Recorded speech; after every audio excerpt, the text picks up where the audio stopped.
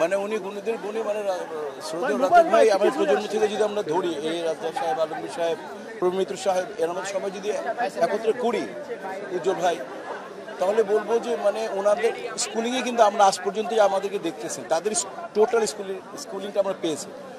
এবং আমি খালি একটা কথা বলবো যে উনি মানে ওনার কাছ থেকে উনি একটা ইউনিভার্সিটি ছিলেন, মানে ওনার ব্যক্তিত্ব, ওনার কথা বলার স্টাইল, ওনার ধৈর্যশীলতা, ওনার সামাজিকতা, তারপরে ওনার ধীর স্থির, এবং ন্যাশনাল হকি টিমের প্লেয়ার ছিলেন, এবং উনি জীবনে একটাই ন্যাশনাল অ্যাওয়ার্ড পেয়েছেন, বড় ভালো লোক ছিল।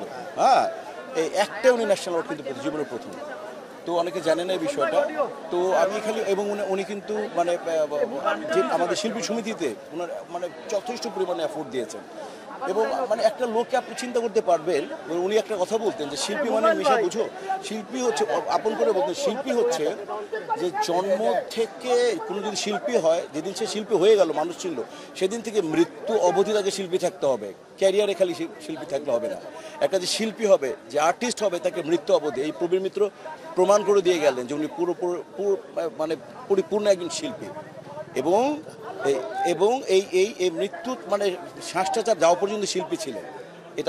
এটা অনেকে মেনটেন করি না আমরা, যখন আমরা ক্যারিয়ারে থাকি সব ভুলে যাই অনেক কিছু, কিন্তু না, উনি প্রমাণ করে গেছেন উনি পরিপূর্ণ একজন শিল্পী। তার সুনিয়ন্ত্রিত লাইফ আমাদেরকে অনেক বেশি মনে ইন্সপায়ার করে যে দাদাকে মতো কথা বলি, দাদার মতো চলি।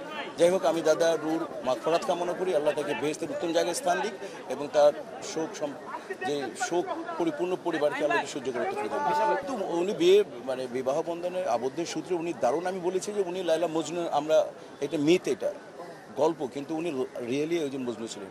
উনি প্রেম করে বিয়ে করেছেন অনেক দিন, এবং প্রেমকে উনি স্বীকৃতি দিয়ে গেছেন, এবং ছেলে মেয়েদেরকে ওইভাবে তার শিক্ষায় দীক্ষায় দীক্ষিত করেছেন। এবং উনি ভাবি অসুস্থ ছিল, উনি যে কী পরিমাণে দেশ বিদেশে নিয়ে ট্রাই করেছেন বলে বোঝাতে পারবো না।